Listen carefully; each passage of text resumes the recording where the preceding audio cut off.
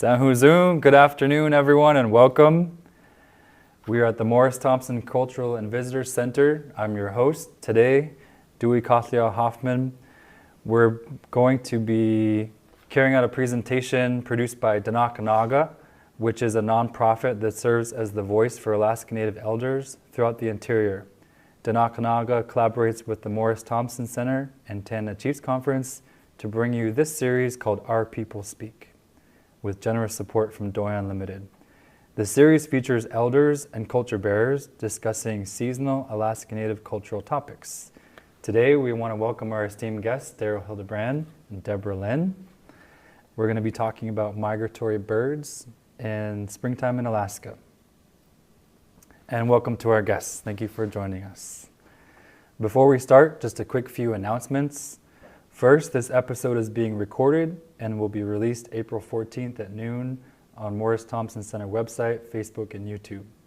You can revisit this program anytime you like on those platforms, watch our past programs, or other series we've produced. Also, at the end of our program, there's a table just outside the theater doors here where you can sign up for our email list or if you'd like to be notified of our upcoming programs. There's also comment cards, and we really appreciate your feedback. There are links to donate to support programs like these on the Morris Thompson Center and Danakanaga website. And those are all of our announcements. So thank you for joining us today.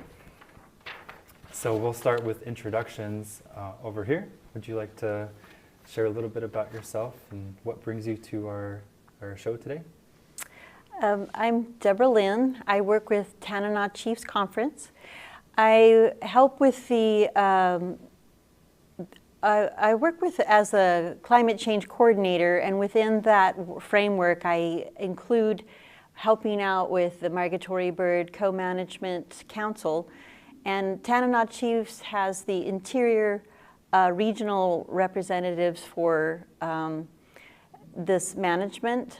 It's a co-management between the state, tribal, and federal government. And so twice a year they meet and they discuss migratory birds, and I'm involved with those meetings. So I find it very fascinating to be able to participate in listening to tribal members and state and federal talk about the migratory birds that come into Alaska. That's it. Darrell, go ahead. And my name's Darrell Hildebrand. I'm the Public Safety Manager for Tanana Chiefs Conference. And my background is I worked for almost 21 years as an Alaska wildlife trooper. Prior to that, I was a resource user growing up in the village of Nulato. My experience in migratory birds come from just my interaction with my grandparents and going out spring bird hunting. Mm-hmm. So that's what I'll bring to the discussion today. Okay, that's it. Thank you both. So, Darrell, maybe you can kick us off. Can you share a little bit about what you first started learning about migratory birds? Oh gosh, it was before I can even remember. Mm-hmm. From the time I was real small, I remember being in the boat with my grandfather, Ed Hildebrand, out spring bird hunting right after the ice would move. We would go out looking for ducks. So that's my first introduction into migratory birds. So that was, shoot, I'm not going to give you my age, but that was a long time ago. Uh-huh. Exciting time of year, huh? After it was very being exciting. Hunkered down for the winter, and then the river opens up, and Yep. everything is It's shifting. always a sense of renewal every spring when you get to go back out and start enjoying water activities, you know, being in the boat, going to camps, and springing out for a couple of weeks with them while you're harvesting and gathering. So it's always a special time of year. I remember when I started going to elementary school and May came around, boy, it was tough being in the classroom. We couldn't wait till the ice was gone from the river, and our grandparents would come and take us. Last week of school, we typically didn't do anything anyways out in the village, but cleaned and did picnics and that type of stuff. So as soon as that last week of school came around, they would take us over to Caillou to do our spring gathering. So it was always a special time for me. Couldn't wait for May. Yeah. And how about you, Debra? I've always been fascinated by birds because I've always thought that, you know, when you see the migration of birds going to another area, I'm just amazed that they could fly so high in the sky and how they could just be able to travel long distances, and I'm fascinated. Some of the birds that come into Alaska that have traveled far distances, like the Arctic tern, it goes all the way to south to Antarctica and back up. So it's traveling 24,000 miles in a round trip that I think, you know, I just came in from Bend, Oregon, and, you know, I'm bird, you know, I just flew in, I should say, from, I didn't have to fly. I didn't have to get out there and, you know, this Arctic tern is only 20 inches. And being able to take that route is, to me, is just phenomenal, what the endurance of what these birds do. And the exotic places they get to travel, and hence the word snowbird comes in for a good reason. I mean, I think they're pretty smart. They know, let's go find somewhere nice for the winter and come back to Alaska when it's really beautiful and full of nutrients. And so that's my fascination, is what these birds are capable of doing. I notice you have a list there. Can you talk about some of the migratory birds that we have here in Alaska? Okay, just to kind of give a background of what this list is that I'm holding here. I work with Danaka, the elders, putting together the names of all of the migratory birds that come into Alaska. And so there's a list here of those birds, and there's 2 pages. This one has stories of the elders about the different birds, and some of these are songbirds and local stories. And then on the other side was here's the migratory birds. Sorry, I had that wrong. And there's several different dialects for Athabascan within the interior of Alaska, and we only started off with 4. And so it has all the different names for that they use for the different migratory birds. And there's several of them that are really important to the interior for subsistence hunting, is like the white-fronted geese is the largest bird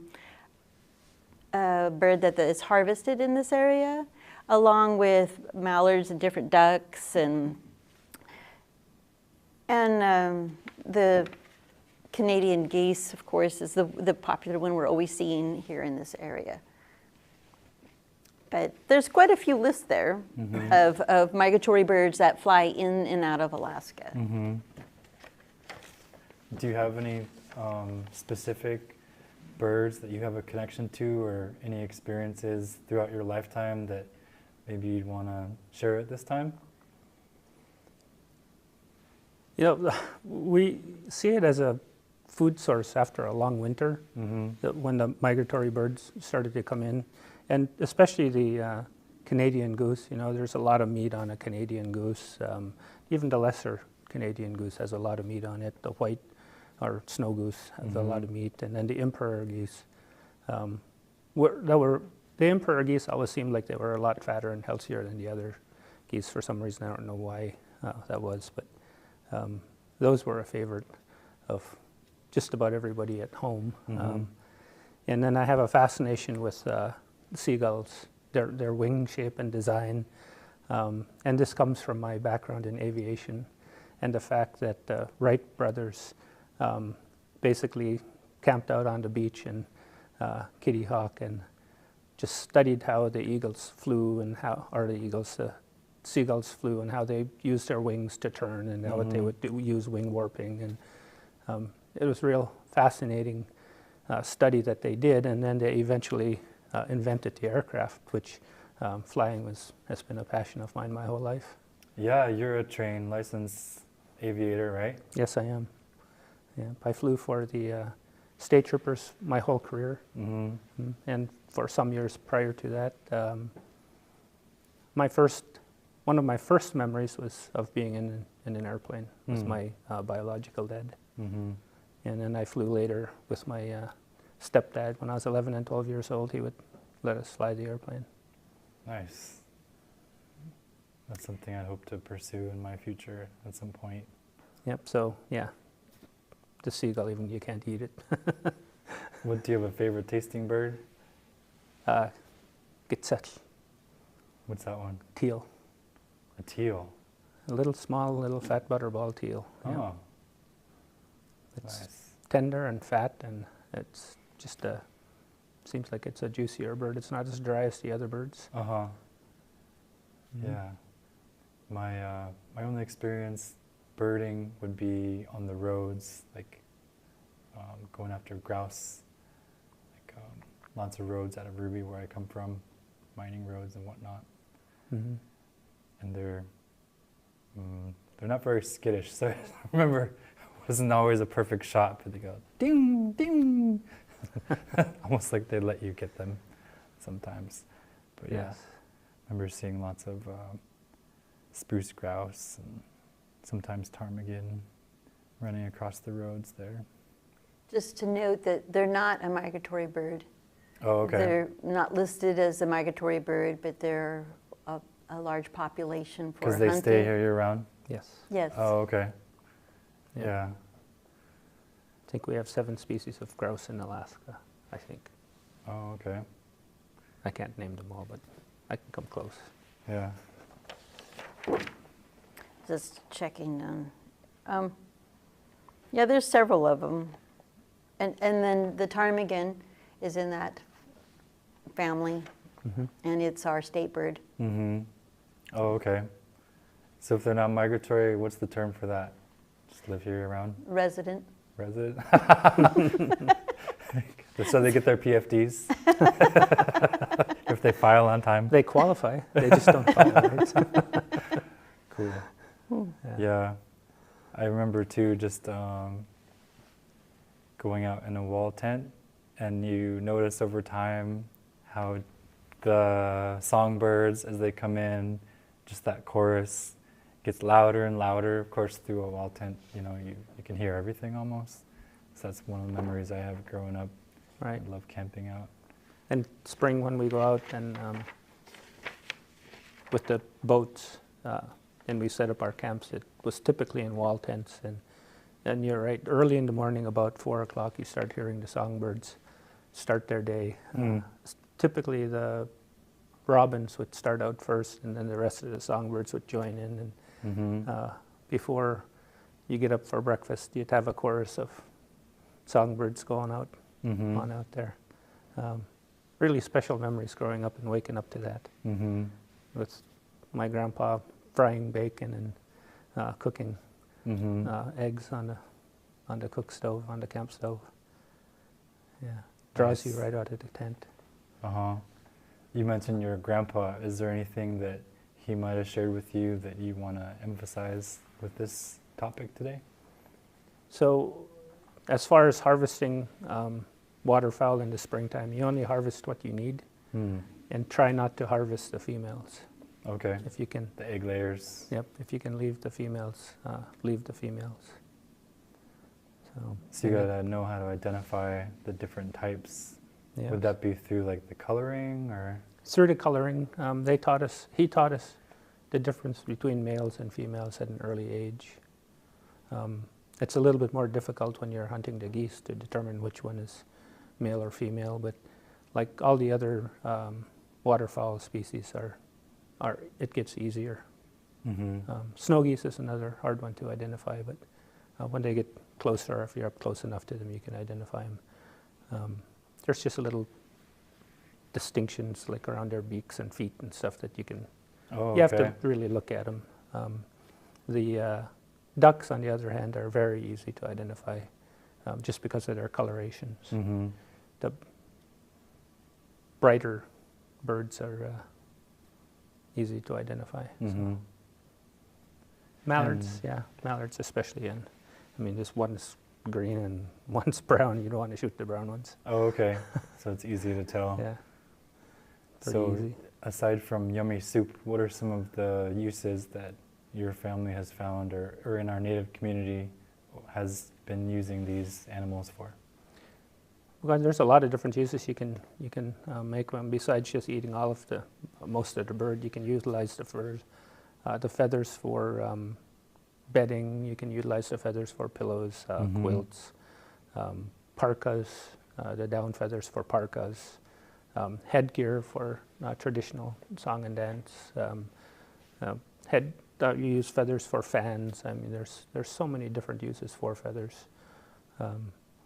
I don't remember them using the skin for anything in particular, but they'd use the bag or the food bag for children as rattles. They'd hang them up, or blow them up, tie them off, hang them up and dry them, and they'd rattle. So see those hanging up in people's houses sometimes. Mm-hmm.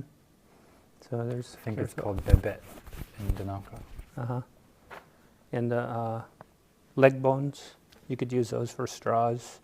A lot of people use them or there's a certain bone in the bird that they use for headgear. When they beat headgear, and they use the bone as the holding piece. So. Oh, okay. You know, tie it on there. Goes through. Mm-hmm. So I've seen that.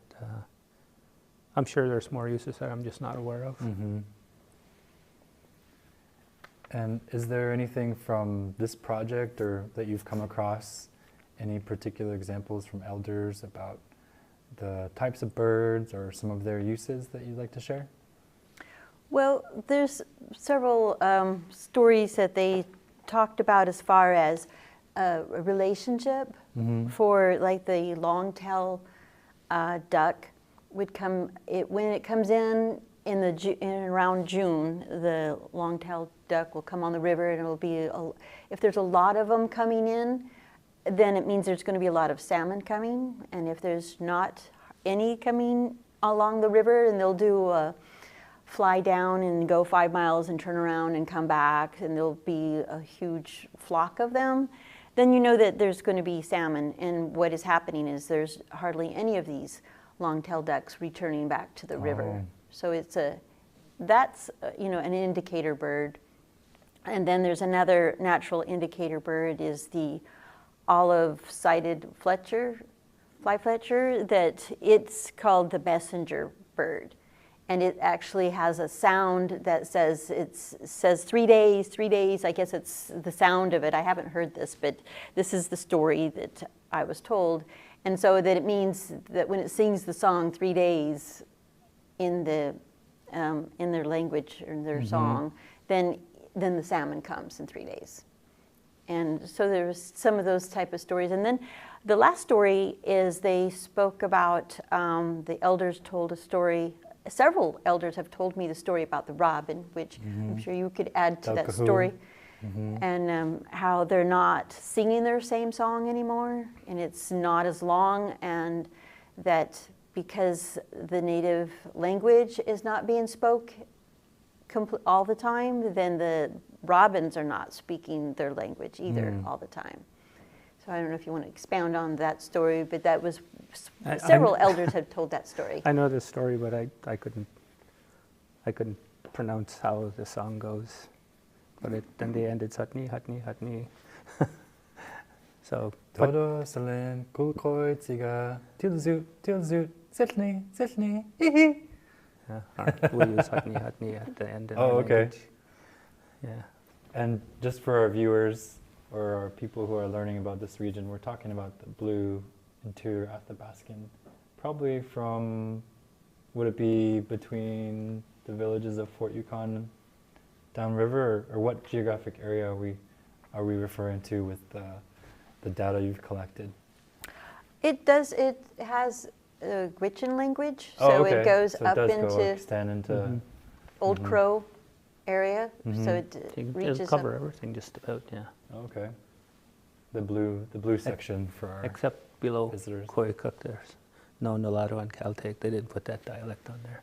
Oh, okay. On this map. Oh, okay. Yeah, doesn't cover. We have our own distinct dialect. Communities. Yeah, Darrell mentioned that he didn't see his dialect on this map, even though we have Koyukuk. language on here, some of the dialect, but once again, the dialect, there's several different, but that's the stories that basically are the elders that we had utilized from. Yeah, and one single animal might have 5 or 6 names, seems like, even like nicknames. Moose is a perfect example of that. You say moose? Oh, yeah, moose is a perfect example of different ways of pronouncing it in native. Like at home we call it Diniga, some people call it Diniji. Oh, okay. So, and then as you go further up the river, it changes even more. Oh, okay. And then even there's terms for calf, cow, bull, young bull. Yeah. Yeah, our languages are very, very specific and are tied to our stories and our history. Different people sometimes turning into animals or animals turning into people. Right. Even snow. Oh, yeah? There's a bunch of different words for snow. There's no specific word for snow because you have to talk about what the snow is doing or what kind of snow is it. Oh, if yeah. it's big flakes, small flakes, if it's blowing snow, if it's crusted snow. There's so many different words for snow. Fluffy or good Yeah. for walking on. Yep. It's like, I can't remember which movie it was, so a Caucasian asked a Native American what about the word horse. He says, well, we don't have a word for horse. We have words for what the horse is doing. I can describe to you what it's doing, but I can't just tell you that that's a horse. So it's interesting. It's the same with our language up here in Alaska. And the creation story is I haven't ever heard the complete story, but that's something that they say it takes several days, and it includes speaking of the raven. Are you familiar with the raven creation story? It seems like it's... But yeah, I am familiar with the raven stories that we grew up listening to, but there's so many different stories. Like you said, it can take a while to tell the whole thing. We had several storytellers in our community when I was growing up, but I think I was too small to attend the gatherings when the elders were telling the stories. There was Charlie Mountain, Charlie Brush. My grandfather was a very good storyteller also. He wouldn't tell us the whole story all at one sitting. It takes too long. I think some of them might be documented in the Catherine Atla series. Is that the ones you're referring to? I was just referring to my conversations with the elders.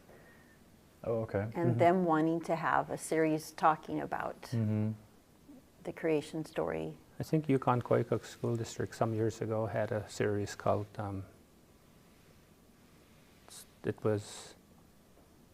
had to do with stories of the raven anyways. Raven stories is what they Stories called we it. live by? Raven stories. Oh, okay. Yeah. And they talked about the different stories that the ravens brought. There's like one... the creation of the world, I think, is one Okay. of the stories. How the raven would dive to the bottom of the ocean and bring up soil and create land. You know, it's, if you read or listen to the raven stories and you read the Bible, it's really, really super similar to how the world was created. So it's very interesting how the natives told their stories, and then how the rest of the world, their spiritualities are very, very close. That's all written down in the Bible. We didn't write it down, we just told stories, right? Yep. So, The Kadantani. the village you come from, Ruby, Harold Ismailka had a mural done based off of the raven stories and the Bible. And if you look at the mural in the background of the church, you'll see the raven in there. So it's very interesting. Yeah, I think it was John Van Zyl. John Van Zyl hired painted to it for come him, yep. at the Catholic Church. Yeah, it's pretty nice. It was actually requested by Harold Ismailka and painted by John Van Zyl, and he donated it to the Ruby Church. Oh, wow. It's a big art piece. Beautiful.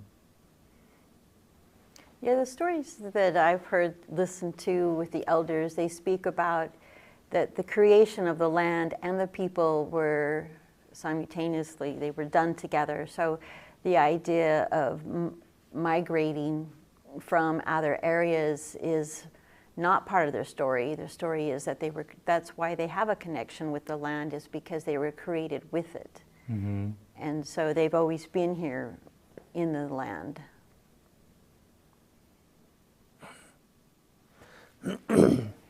So this might be a good chance to check in with our audience. If you have any questions you want to ask our subject matter experts up here. Darrell, in Nulato, did you also collect ducks' eggs during the spring?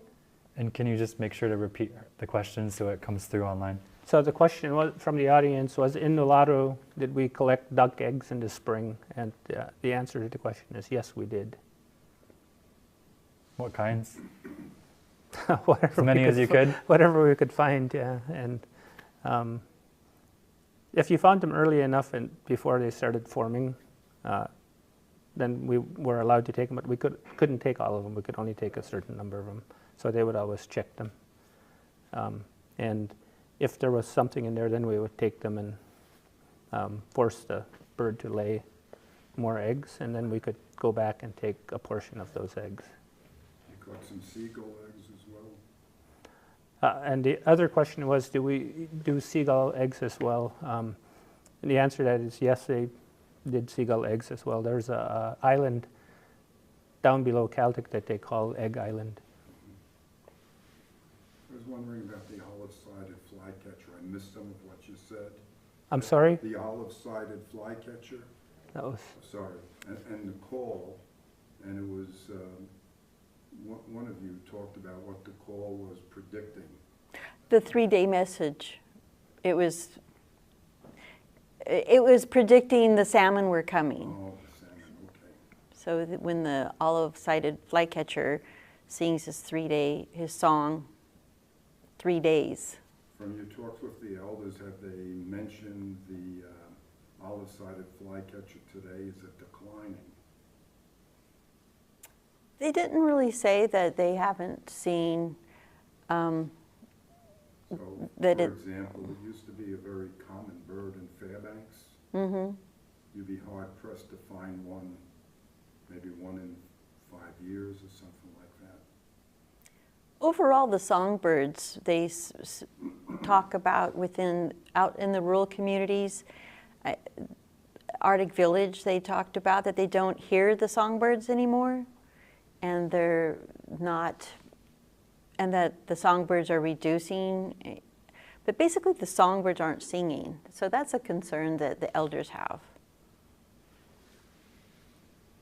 just in my experience and being out in the woods all the time, when I was doing my job and growing up in the village, from the time I was a small boy till today, I've noticed that we have a lot less songbirds. We have a lot less waterfowl. I remember when we used to go over into the Caillou Flats when I was a child, and the ducks would take off and it would darken the sky. It would block the sunlight out. Underneath you, it would be a shadow where they were flying. Wow. And that was just ducks. That's geese and swans were the same way. And slowly over time, we would release millions of waterfowl from Alaska to go down to the lower 48 in the fall, and every spring they would come back less and less and less over my lifetime. Last fall, I was really pleased to see the cranes flying south, and it's been years since I've seen that many flocks of cranes go by. When I was a kid, cranes used to fly by for 2 weeks straight. There'd just be flock after flock of cranes. This time it was about 3 days, but the flocks weren't as large, but we were still getting a stream of cranes for about 3 days. So it's good to see that those are coming back. I mean, that's an indicator that at least somewhere it's getting healthy. Yeah, Alaska is rich in nutrients, so the birds do well when they come to Alaska. And there's several birds that migrate up here that are having a problem because when they're going down to the lower 48, some of the farming fields they do a sterile clean on some of those fields, so there is no other food available for birds that normally go into those fields and eat. And so it's impacting that some of the migratory birds are not being able to return because they're not having that food source down there in the lower 48. And then just the popularity of waterfowl hunting in the lower 48 has blown up. I mean, it's really hugely popular down there. And all the land that's being developed, malls, apartment buildings, condos. Mm-hmm. We were just in Costa Rica and we saw a sign, we sell paradise. So here was this land, that was undeveloped, that was going to be turned into condos, and birds were going to be out of luck. Is the audience feedback coming in, or should we repeat it? I would repeat specific questions. Okay, yeah. And then there was some sharing about land development and how in different areas, such as Costa Rica, that affects the animals. It's not only just land development, it's also alternate energy sources. The development of wind turbines has really affected the songbird Oh, they get population. sucked in there, huh? Well, just they built them at the right height so that when the birds are flying through, they're flying right through a gauntlet basically and getting destroyed by the wind turbines. Oh, wow. Um, That's an unintended consequence I'm sure not many people are aware of. right, because the wind areas are also the migratory routes for songbirds. Oh, because they need it to go on their journey, huh? Like the long Yep, I mean, trips. just like winds make airplanes fly, winds help the birds fly. So they get to. I'll give you an example of how important wind is to migratory birds. Up in the Kotzebue area, there's a place called the Caulk River. It's right where the Baldwin Peninsula meets the mainland, right there by so it's up there by Kotzebue. Yellow Yep. inlet there. Right where it comes in towards the northern Seward Peninsula. Mm-hmm. The geese would gather there every fall, the geese and the swans, and they'd gather there by the thousands upon thousands. And they would just sit there, and as fall is getting later, they're watching the weather. And as soon as every now and again you'll see a bird take off and circle up, and it goes up and up and up, and after a while it'll come back. And when the time is right, when the weather's right and the winds are right, Mm-hmm. when the bird goes up and up and up and up and it doesn't come back, then the whole flock will go up and join it. I mean the whole flock, and they all take off at one time, and you see them, just this big flock of birds circling up and up and up, and you can watch them.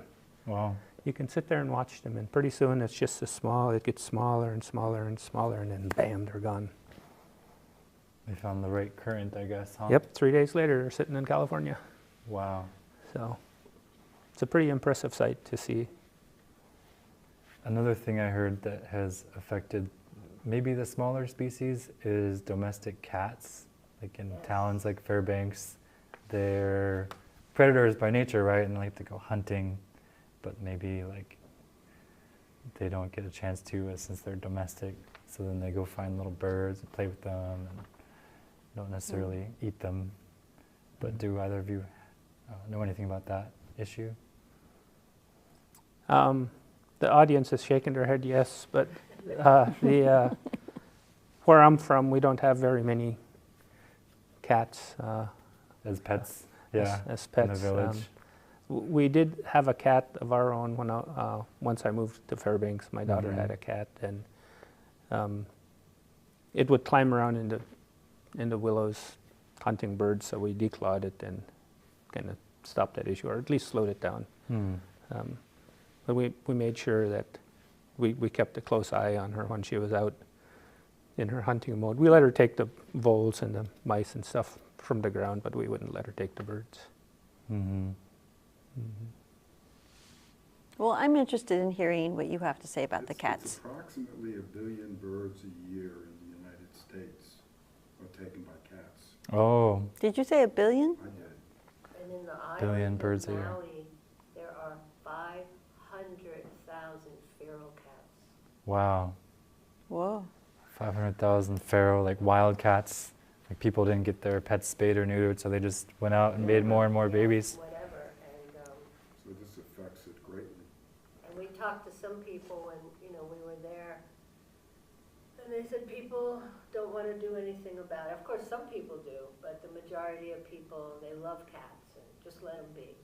And there's a big sanctuary on the island of Lanai. Do you remember, was it 200,000, 100,000 cats, something like that? Some big number.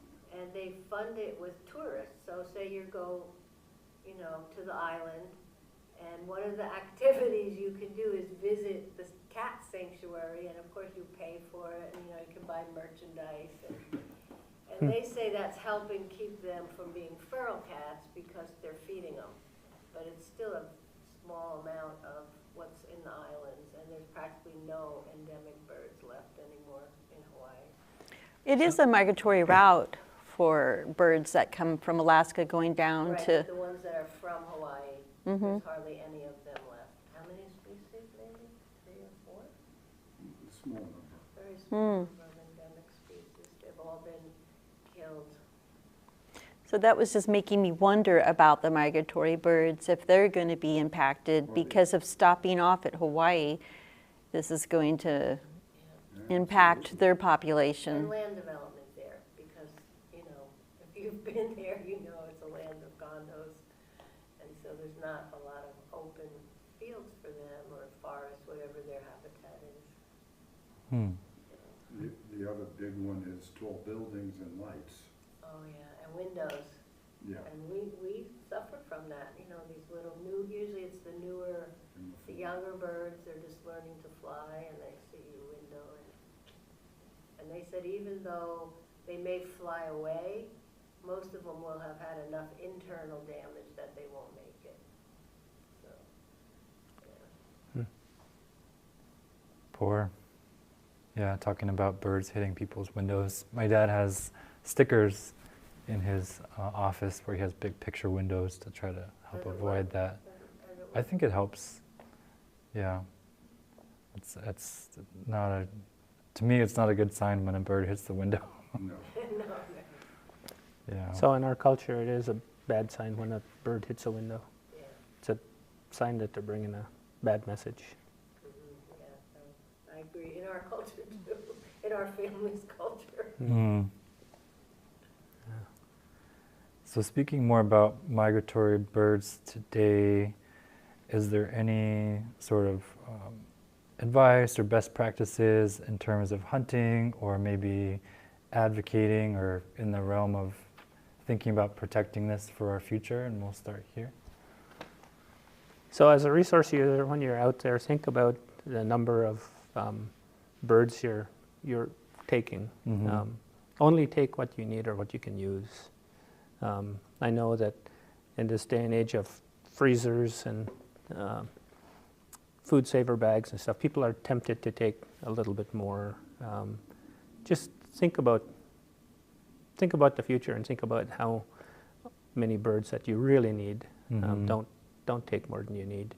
I know that today we have less hunters, so they tend to take a little bit more when they're out there, which is fine because they're sharing it Yeah. with the community. So they're not really overall taking any more than the community needs, but don't take any more than you need. Good advice. Also be a good steward of the environment. Don't go out there and destroy it or destroy the wetlands. Don't dump fuel or oil or anything like that in there. It's very detrimental to the organisms and bugs and stuff that live there that the birds feed on, and which in turn causes them to get sick and die. Don't use lead shot.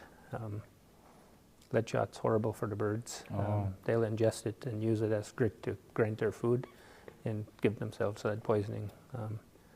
That's another important one. Stick to the lead or the steel shot regulation. And just be a good resource user, be responsible. Mm-hmm.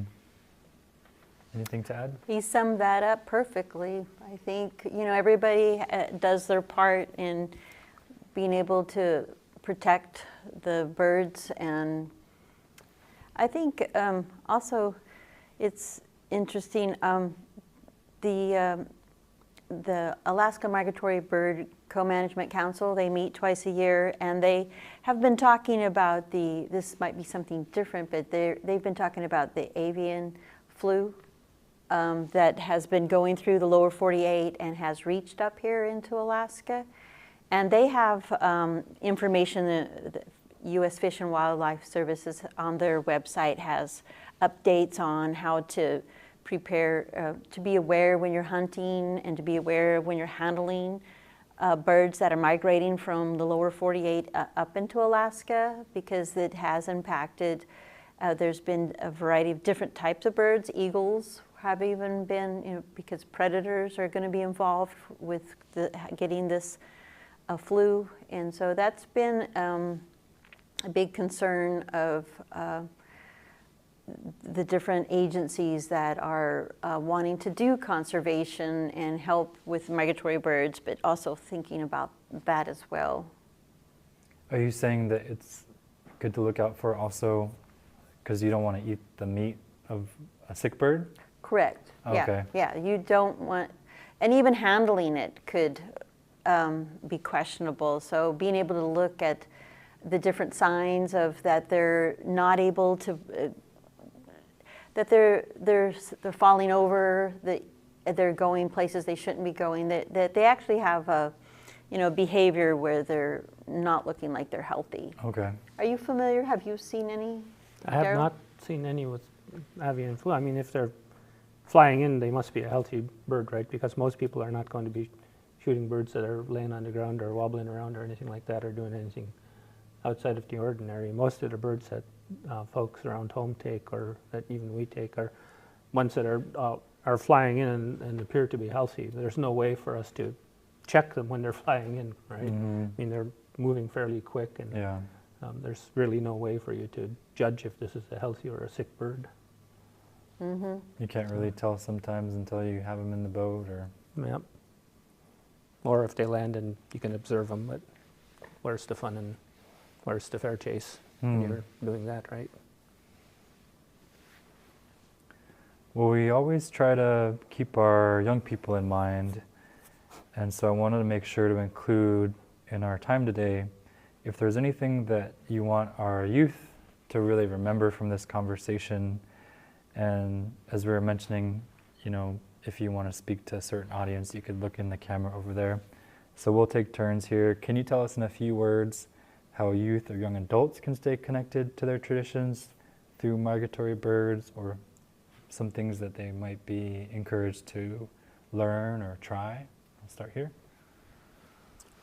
Well, if you're out in a village, you're probably already hunting and harvesting migratory birds with your family members. It's like I said earlier, to be good stewards and only harvest and take what you need. Mm-hmm. Don't waste it.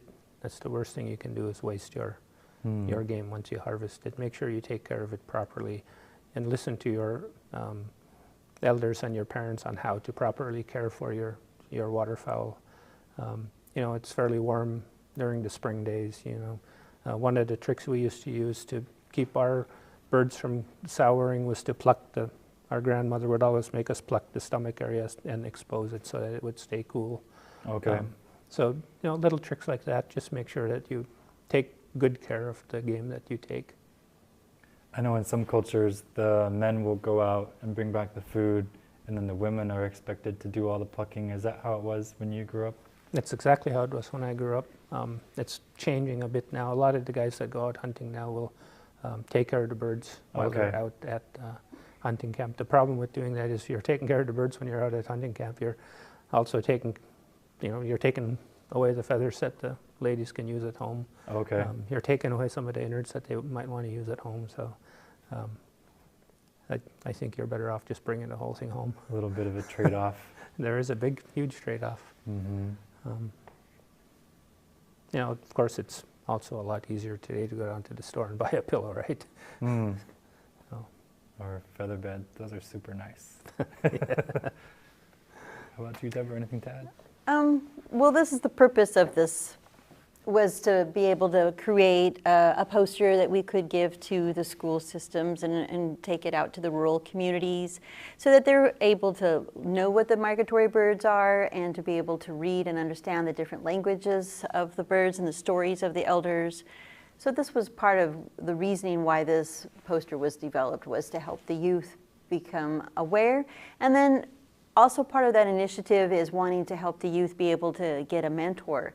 So being able to not lose this traditional practice of understanding the whole subsistence of migratory birds, and because they're concerned about that this knowledge is going away and that there needs to be some type of camp or workshop or opportunity for mentoring so that this knowledge doesn't get lost. Mm-hmm. So this was the beginning of that. It's creating this poster to be the beginning of those type of different initiatives. Well, thank you for your work on that. That's real important. Yeah, it looks like a great piece of work. Mm-hmm. Yeah, it has also involved with several of the elders who have language skill. Susan Pascavan is a major contributor to this work, and she brings that knowledge to be able to.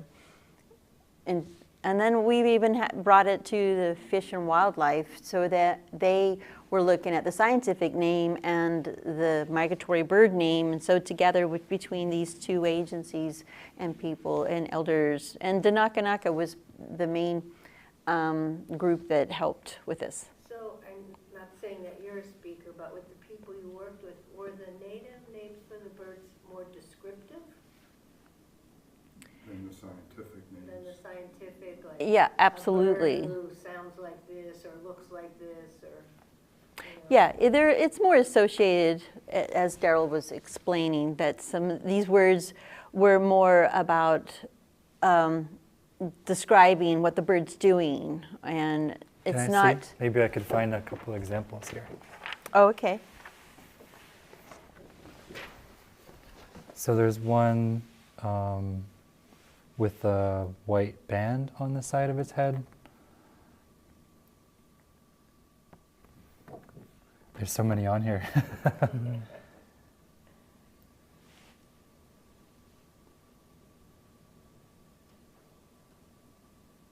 So the olive-sided flycatcher, Cantopus cooperi, they call it the 3-day bird, as was mentioned, Dachtsi Nia.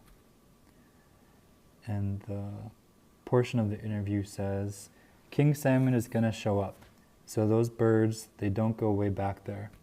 They'll be right on the river edge, probably a couple 100 feet back from the river. So that's where you normally hear them, next to the river.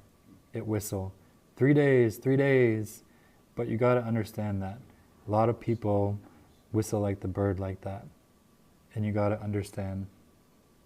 So when you hear it, you wait till 3rd day, you put your fish net in, and next day you catch a king.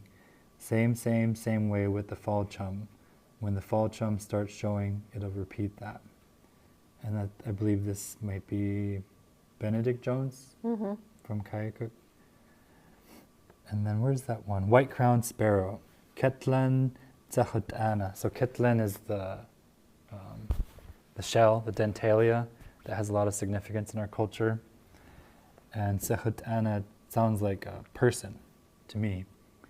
It says, according to Eliza Jones, they stated that in Kedantani times, the white-crowned sparrow was a man who went on a long journey, probably a trading journey. He was coming home with dentalia. On the trip home, he ran out of food, so he was starving. He put the dentalia on his head before he died. They turned into 3 strips on its head. He turned into a little bird. He started flying home. When he got home, he sang this song. Tso da'o tsigatsiti tla. Tso da'o tsigatsiti tla. And that means in Danaka, Korikana Athabaskan, there is my home or camp now that it's too late. So there's all kinds of examples about different people associated with birds. Quetzaltuna, the black-capped chickadee, that's my mom's Danaka name. They say they're really robust little animals. They stay up here they're not migratory, right? They stay, and they have to harvest all these seeds to keep their body weight, but they're super tough. So also Georgiana Lincoln has that name too, Quetzaltuna. So there's just a couple examples. Great examples, yeah. They do generally describe something associated with our history. This is so cool.